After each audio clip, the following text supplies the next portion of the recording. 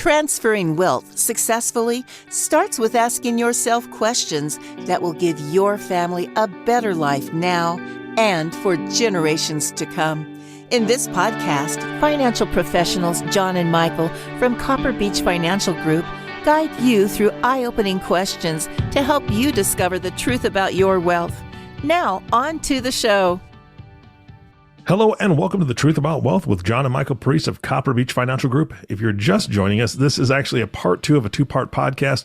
The gentlemen have on a great guest today. And John, I think you're going to do the introduction, right? Actually, Mike would throw it to Michael. He's got all the data right in front of him. So. All right. Michael, what's up? Hello, everyone. Here I go. G2's got it today. G1 putting you on the spot. Yeah, that's okay. That's all right. We have back with us Joe Mechlinski from Shift, which he is the founder and CEO of. He's a New York Times bestselling author of Grow Regardless. He's a TED Talk presenter. So I think we probably could have made this 4 parts instead of 2 based on what we were talking about last time. We bring Joe back. Of course. I think we may do that. But first off, Joe, thank you again for being on this part 2. Hey, guys, I'm having a good time. Let's keep it rolling. Yeah. Well, I think when we spent a lot of time the last podcast talking about a little bit of your background, sort of the challenges that executives are facing in today's work environment. But we all thought that for this part 2, wanted to get a little bit more deeper with you, Joe, in how your company works with executives, maybe give a little bit of some case studies. And I think you said you built a pretty unique platform within your company. So I was hoping today we can really focus on that, if that's okay. Yeah, sounds great. Perfect. So we could give a little bit about, again, what your company does and how you work with executives, and we'll take it from there. You bet. So for those that didn't listen to the first episode, it's for 22 years, we've worked with executive teams to get their vision and their strategy super clear so that they understand how to get their people to know, own, and drive it. Basically, how do they bring it to life? The way to think about us too sometimes is like we're a very, very small boutique, consulting firm, kind of like a McKinsey that cares. We've had a large mission focus, and a lot of the companies that we work with, they're not broke. In fact, they're pretty damn high performing. What they're looking for is, again, kind of an unlock of like, how can they do a little more with less, or maybe said a different way, the less that matters more. And so we've had a really good run. 90+% of our business comes from referrals and relationships. I think the first one that kind of comes to mind that I can publicly talk about is a relationship that we've had with John Hancock up in Boston. Most people have heard of this financial firm. We started working with them about 7 years ago. And, I'll just start off by saying, not to add kind of an odd moment to this case, but, the CEO of that company that we had worked with actually passed away about a year ago. And he was one of my favorites. Frankly, one of my favorites I've ever worked with. He was a guy that sat in that captain's chair and just understood, the responsibility of 2,000 plus individuals and really what it took to, again, lead with honor, kind of like my dad. So in any event, we engaged them because they were looking to basically duplicate their high performers. They were like, hey, how do we take the best of our A players and how do we get the rest of our team to understand that? And so when we first engaged them, it was about, doing your typical discovery and your understanding of like where they are. I remember sitting with the CEO and he asked me, he's like, how long is this going to take? And I said, it'll take about a year. And he said, there's no way. This is generally a 3+ year project for some of the other bigger consulting firms. And I just said, look, man, I'm a blue collar kid who just doesn't have time to waste. So we ran that play every year. Basically, we would sit down with the executive team. We'd look at their plan. We'd find the holes. We'd fill the gaps. We'd build some bridges to their team so that change management wasn't this like, it didn't feel like what you're doing every year with New Year's resolutions. Like everybody knows we tend to, humans like have this like immunity to change and we don't like doing things differently because that's for sure. Legacy sort of creeps in. And what we were able to do is just get shoulder to shoulder with his team. And we would generally knock the ball out of the park, if you will, in terms of like, how fast can we make this change happen? We talked about this in the last podcast.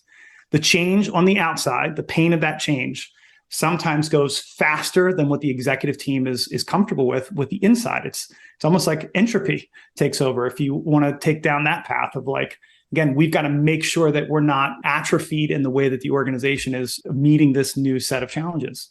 And that was the relationship for almost 6 to 7 years, up until kind of the nice little turn of the story here is, right when the pandemic got going, I started scratching my own head of going, okay, let's just get this straight. We're no longer in the office only. We can't get shoulder to shoulder with everyone. And organizations are going to have to move not at a quarterly pace, maybe not even at a monthly pace. They're going to have to move at a weekly pace, meaning when the executive sees something, where do they say it? Do they send out an email? Do they schedule another meeting? And then more importantly, how do they get their people to do something based on what they saw, based on what they said? So what we did is we ended up acquiring a platform that had a different use case. It was an HR tech company. They had 65,000 employees using their system. And then they walked into COVID with a really just a battery of bad luck. And it had nothing to do with the platform, but the board of directors decided to basically shut the company down. And we were there at the right time, at the right place. And so we acquired this platform that I think is the first platform that CEOs can use to get everyone on the same page on a weekly basis without scheduling more meetings. And so what it does is it's been helpful, specifically with our friends that I just mentioned. Instead of taking 9 to 12 months of creating that change, we've been able to, within their company, Hancock, and several others, to get it done in 90 days, meaning like get out new ideas, new changes, new plans, new initiatives. Instead of it taking that long to do the change management curve, we've been able to do it in 90 to 120 days because 1, we're not scheduling more meetings. 2, we're not doing this through email. 3, the platform does a very simple protocol. It asks people a question. It shares a quick story. Most, by the way, 75% of employees prefer video communication. And the last thing it does, and look, for anyone who's ever run a meeting, I would invite you to think about this very simple practice. The reason people don't change is because you don't ask them what they're going to do about it. It's a simple psychology tip. At the end of a meeting, at the end of a communication, just ask the question. So how is this going to make you think differently? How are you going to show up on Monday differently? What's the one thing you want to do differently because of the conversation we just had? You're inviting in space and time for people to begin to think about how they're going to go do something different. So that's I've just said a lot here, of course, everything from the work that we've done at Hancock, but we've done a lot of work also with family businesses and second, and as you call them, G1 and G2 types of businesses. But at the end of the day, what I was looking for was an unlock for our team. We had people in China and Brazil, and believe it or not, we had a hybrid team, as the pandemic got going. And so it was like, okay, if we're going to do this for other people, we've sort of run this play at Shift for the last 20 years, which is we don't do anything that we're not trying on ourselves, so that the gap between the words and the actions are pretty slim. And so that's just an example of like, how do we speed up the time from point A to point B in terms of helping a company or an organization change? I like to see that technology. Send me some info on it. I like to see that. You definitely will. It's called Latch, by the way. It also has AI that we have put into it. So it's measuring the sentiment. Back to Mike, the conversation we were having about text messages. I don't know about you two, but I'm not a digital native. So when you two send me a text or even an email, I have zero idea of the intent. Back to 93% of communications nonverbal. When you're getting these texts or this typed email, it's only 7% of communication, really. So how are you not supposed to judge, behavior as intent? Which, by the way, is one of the biggest problems in culture is that we make these assumptions about what we think people meant. Well, digitally, we're spending 60+% of our time digitally right now working. This AI is essentially a way to, I don't know if you track your sleep through a Whoop band or a Fitbit or an Oura Ring, but the idea that most people don't understand some of the deep sleep practices or the REM sleep practices, you can't do it without some type of sensor or monitor. You can't trust yourself waking up the next day going, I feel fine. Maybe you do. That's sort of the blind spot that a lot of leaders have right now, which is maybe you feel great about what you said. The real question isn't what you said. The real question was what was heard and what are they interpreting you meant? And so that's what this platform does on a weekly basis, which is almost gives you a scorecard to say, how many actions as an executive have you inspired each and every week? And that's pretty exciting right now for a lot of our clients. Yeah, it is. Is there Joe, maybe size of a company is not the right metric that you use, but is there a metric where this type of technology makes sense? Yeah, there definitely is. Look, I think anything above 50 employees you get to a point, if you're familiar with Robert Dunbar, he was an anthropologist and sociologist out of the UK. He was the guy that came up with the famous 150, they call it the Dunbar rule, which is he said anything after 150 people, we begin to lose trust. Like we've been collaborating again for 2 million years, human beings. And after 150 people, that size of tribe begins to feel a little wobbly, a little dissonant in terms of like, do I really understand what you said? Do I really hear you? And so I would say that, for us, sort of fitting into that, any organization that's got about 50 or team that's got about 50 to say, call it 500, we think is a great use case. And of course, we work with bigger companies too. We have for a while, but I would say we're kind of settling back into the lower mid-market because I think right now, the innovation that sits before that lower mid-market, look, Google has had a monopoly on digital advertising and search engine optimization for 20 years up until, back to ChatGPT. I think what you're going to start seeing is a lot of these legacy companies are going to have to innovate, pivot from their core, figure out the whole, what they're going to do about all these emerging technologies. And we're going to focus a lot of our energy right now at Shift on that lower mid-market. So that's how we're thinking about it. Mike. Yeah, Joe, one of the things you mentioned earlier was this concept that so fascinating to me, and I'm currently internally here at Copper Beach exploring implementing it to some degree, is this form of asynchronous communication. And I was wondering if your program incorporates that, how it incorporates that, and whether you see it as a value going forward.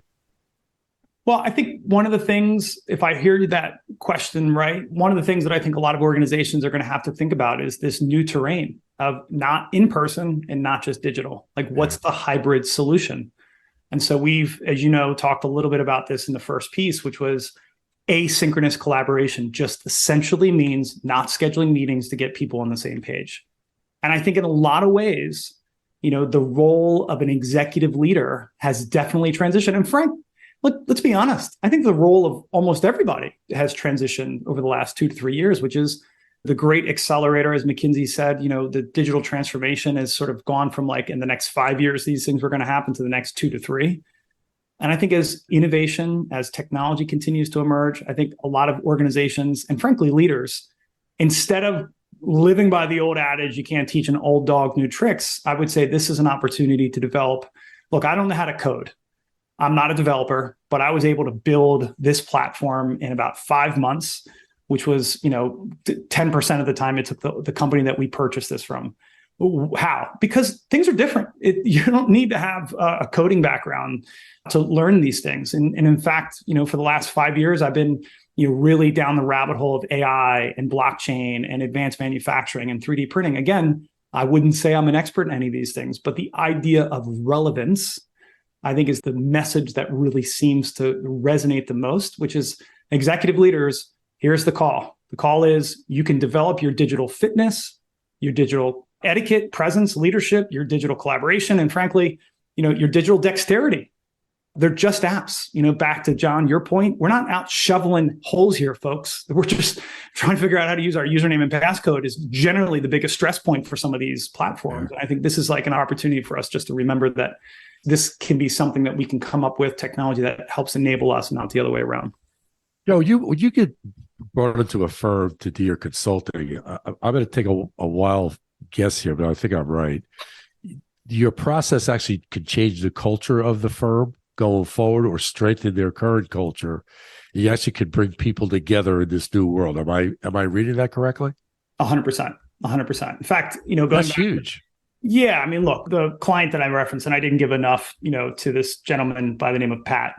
And, Pat was the type of CEO who understood that culture was his most important asset, but he was also someone who understood that sometimes what you focus on, you find. So focusing more on the culture, focusing more on not just the intangible part. So when people hear culture, they feel like it's squishy.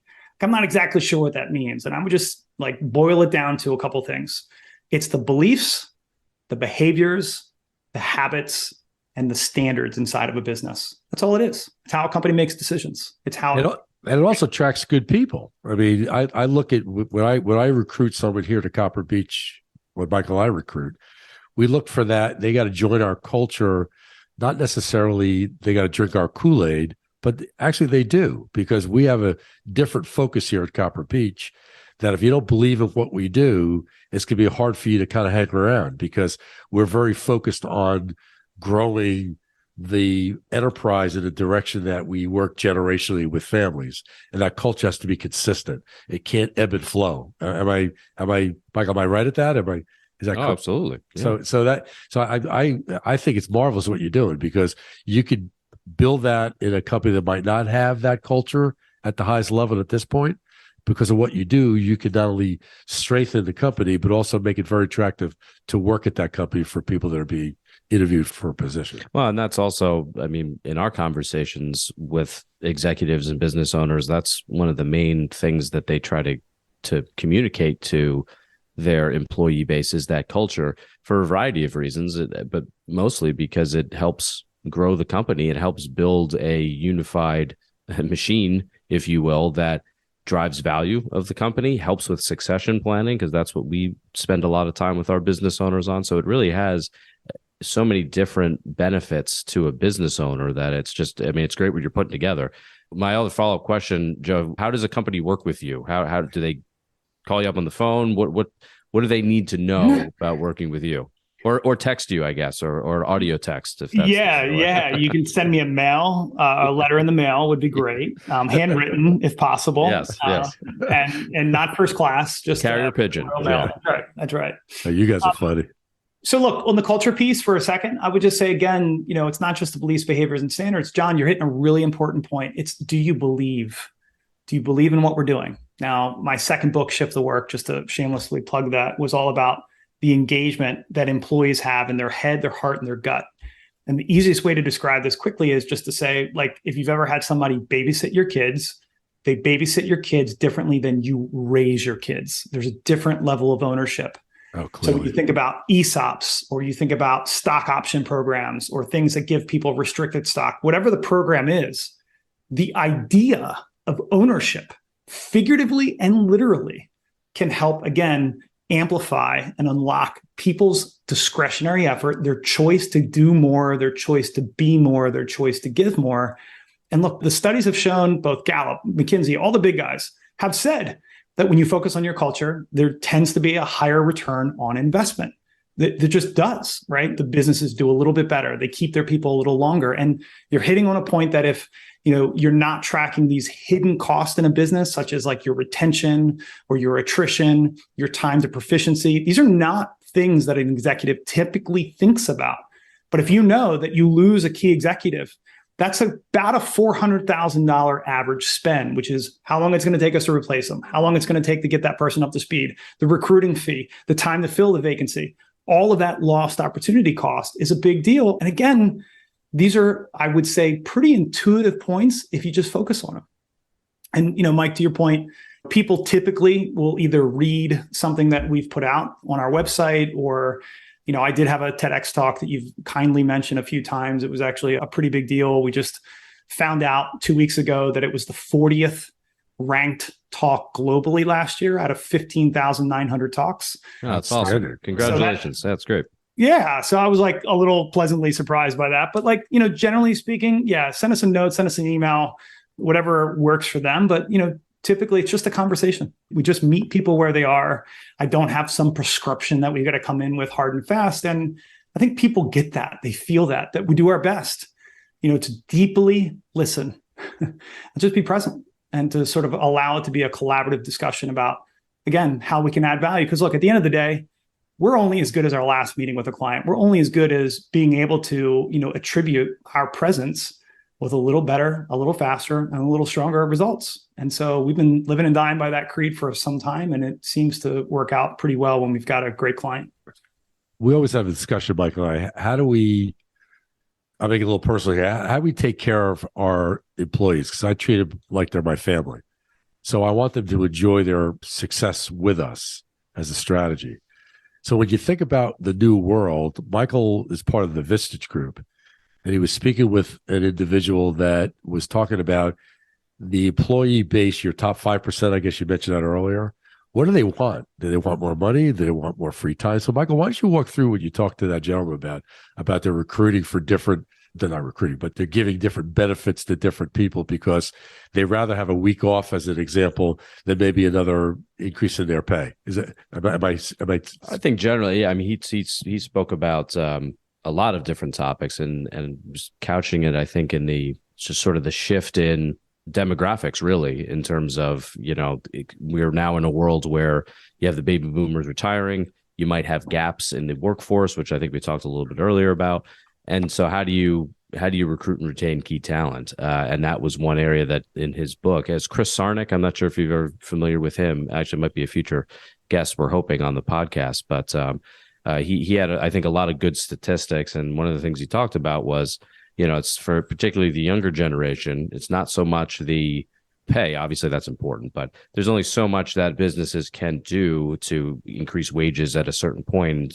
He just talked about bringing in these other, for lack of a better term, ancillary benefits to these employees to recruit and retain them. Are you seeing something similar to that? Yeah, I mean, I think what you said, John, resonates a lot with me, which is, this is definitely going to, I think, hit a nerve for some people that'll make it super uncomfortable, which is when you say I treat people like family, right? There's, to me, certainly you can argue this point about, well, does a family fire someone? Well, I mean, you meet some of my family members and we can talk about that later. Because I do think just because your family doesn't entitle you to something, but the idea of family is, I think, a response to the typical business crap about how you treat people when you say it's just business, it's not personal. So to me, the governing aspirational aim, the design point, is to say, okay, imagine you're a person. You're a human being. We know that pay, past $75,000 a year incrementally is not necessarily moving the needle on the happiness meter. That's number one. Number two, look, for every company that's trying to outpay someone else, there's always a company out there that can outpay you, against where you want your people to be. So yes, we at Shift have been doing things like, I give 2 days a year for people to go think about stuff. The Friday before Labor Day and the Friday before Memorial Day, we call them a Shift You Day. It's like, have you ever spent 2 full days investing in yourself a year? And by the way, how did I come up with it? Because I've never worked in corporate America. And I came out of college going, okay, so let me get this straight. People are actually working the Friday before Labor Day or Memorial Day. And most organizations, I'm not saying all, but a lot of them don't. So we gave it back. We gave the time frame Friday, 3 to 5 p.m. every week to do the exact same thing. Because think about it. At the end of the week, most of us are just hurried up. We get back to the house, or maybe you walk out of your home office and you got to go be super mom or super dad, or super husband or super wife. There's no transition point. Well, what if you ended the week with something that you did for yourself, a massage, a workout, a yoga set, whatever. So those are just 2 small practices. But yeah, from a benefit standpoint, I mean, we give folks $2,500 a year to go figure out a joycation, we call it, or professional development. A buddy of mine has a company called Life Guides. It's a better EAP program. I would highly recommend people check that out. I mean, heck, I'll let you guys in on, you'll be the first people to hear this, publicly in a couple of weeks. There's a press release that will hit outside of our company about, we're now offering psychedelic therapy in the form of ketamine treatments for telemedicine. And we're going to be one of the first 30 companies from this company, Mindbloom, to do so. And the point is what are all the things that you think you might need to be your best self? And can I at Shift provide these things? Because I know if I hire the right kind of people drinking the Kool-Aid, John, as you said, but really thoughtful, independent agents, what I invest in them, funny how this works, they end up investing in our clients. They invest in each other. They invest in the company. And so, the sincere interest I have is, what's good for me? If it's good for me and it's good for them, then they should have access to it too. And that's really been the way that we've led the company. That's unbelievable. Yeah, that's amazing. That's amazing. Joe, before we end, you have a couple platforms that you utilize. You want to go through those to make sure the listeners understand exactly what they get from you as an organization? Do you mean tell me what that? I'm sorry, John. You have Shift, and you have another. Did you say Latch? Do you do something with Latch? Yeah. So if you go to shiftthework.com, shiftthework.com, you'll go to our website. The name of our company is Shift. I grabbed the URL Shift the Work because it was the name of our last book. And I just was doing a little bit of a land grab here with, however many books we were going to sell. People would go to the website and sort of get a little bit more of a bigger picture of who we are. Inside of Shift, we use a tech platform called Latch, which is essentially a differentiator for us as a consulting firm because, most consultants cannot show the progress. They can't measure the change, or they can't really put their finger on like whether this is working or not. And Latch is really doing a great job. And you're the one that has that software, correct? We are the ones that built it. Yep. Right. You bet. So those are the two, most notable things. And a lot of people hire us and me specifically to come in and help them plan for a big meeting or get ready for an annual conference. Or I've been speaking for 20, or so years. And it's less about me being like a sage on the stage, so to speak. And John, you saw this. Yep. It's really about how do we enable folks? How do we become part of the organization? And really, it's almost like, we were there, but then we weren't. And really the main players at the meeting John was able to witness was the founders, the executives, the people. We played a very, very small role. And that's sort of the way that we like it, which is, how can we play a small part in progress? And at the same time, really bring some new and fresh thinking that will remind us all that we know these things. We just don't practice these things so much.